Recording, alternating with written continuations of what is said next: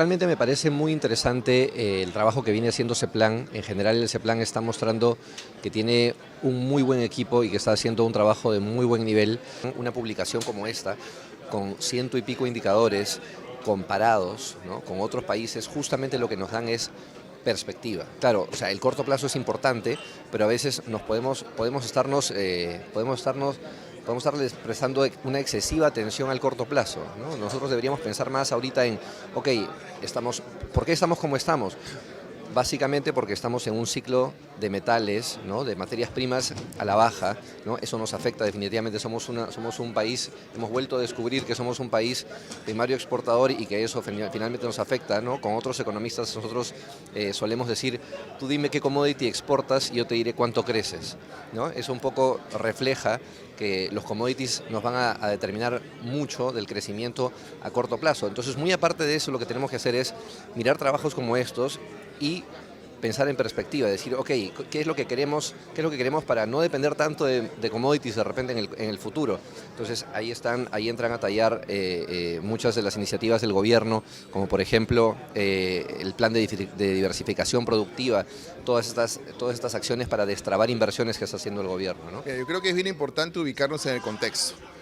Durante los últimos años hemos tenido todo un discurso que es cierto que hemos mejorado bastante y que las perspectivas son muy buenas, pero siempre es bueno compararnos con el resto y ver cómo estamos. Y lo que estamos viendo es que no es que debamos sentirnos pesimistas, sino que hay una agenda bien grande en la cual trabajar para adelante, ¿no? En donde hay que mejorar temas con respecto a lo que es capital social, capital físico, desarrollar infraestructura, que estamos atrasados, y todo eso es lo que va a generar más adelante justamente las condiciones para poder seguir creciendo.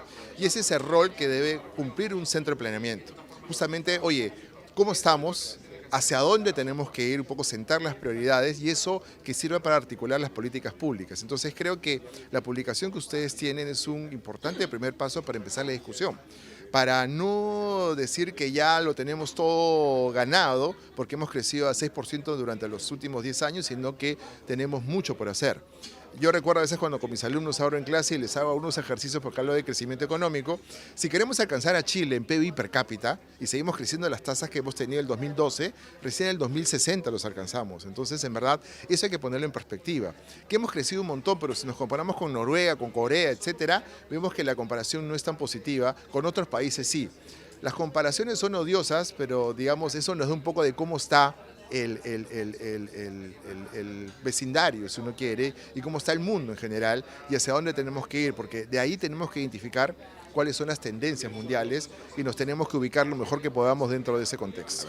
A mí lo que me parece importante, y he tratado justamente de transmitir, es que esta costumbre de compararse, por más odiosa que sea, ¿no?, es muy sana, porque nos permite justamente entender algo que es fundamental, que el crecimiento, el desarrollo, es un fenómeno de carácter relativo, ¿no?, que no basta con mirarnos a nosotros mismos, que tenemos que ver también cómo le va al resto del mundo, a nuestros pares, ¿no?, para ver de qué forma efectivamente estamos o no progresando como país, ¿no?